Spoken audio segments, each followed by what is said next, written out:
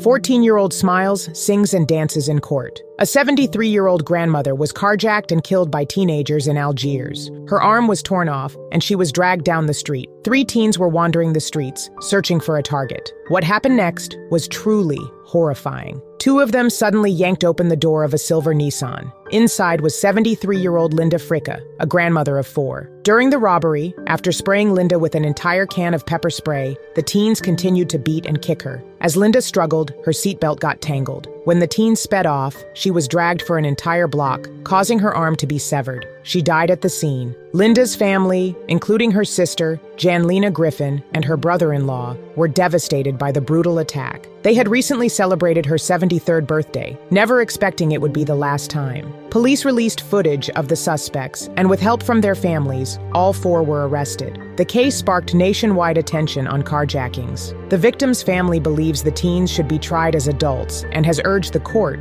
to deny them bail. However, the attorneys representing the 4 teenagers accused of stealing the car and causing Linda Fricke's death argued that their clients were too young to fully comprehend their crimes and should not be tried as adults. They emphasized that the 17-year-old driver should be the only one held accountable for the murder charges as the driver of the crime. The judge rejected the defense's request for the teens to be tried as juveniles and upheld the decision to charge them as adults. The defense attorneys argued that convicting these teenagers as adults would constitute cruel and unusual punishment. The teens were accused of actively participating in both the planning and execution of the crime. One of the defendants maliciously used tear gas during the carjacking. Local prosecutors stated that video evidence clearly showed the suspects were aware of the consequences of their actions during the attack. In court, the prosecution assured the victim's family that justice would be served and emphasized that the judge had denied the request to charge the teens as juveniles or hold separate trials.